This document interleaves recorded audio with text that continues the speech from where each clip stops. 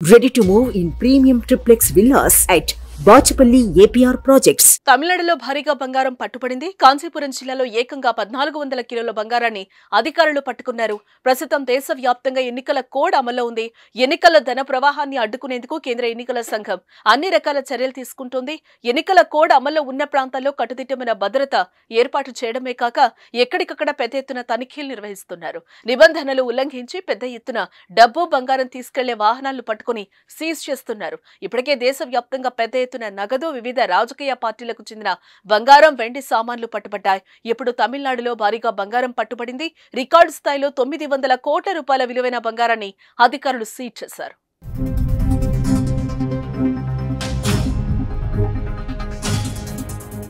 కాంచీపురం జిల్లా శ్రీ పెరంబదూరు పరిధిలోని కుండ్రత్తూర్ రహదారిలో ఫ్లయింగ్ స్క్వాడ్ శనివారం రాత్రి వాహనాల తనిఖీ చేపట్టింది.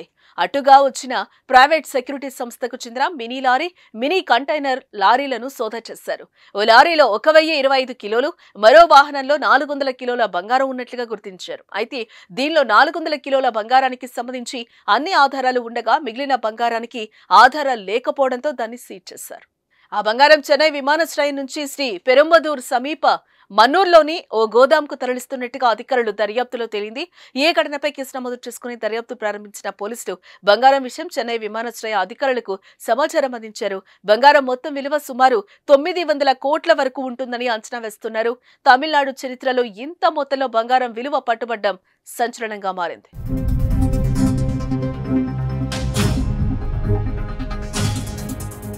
సుమన్ టీవీలో మీ పర్సనల్ అండ్ బిజినెస్ ప్రమోషన్స్ కోసం కింది నెంబర్కి కాంటాక్ట్ చేయండి.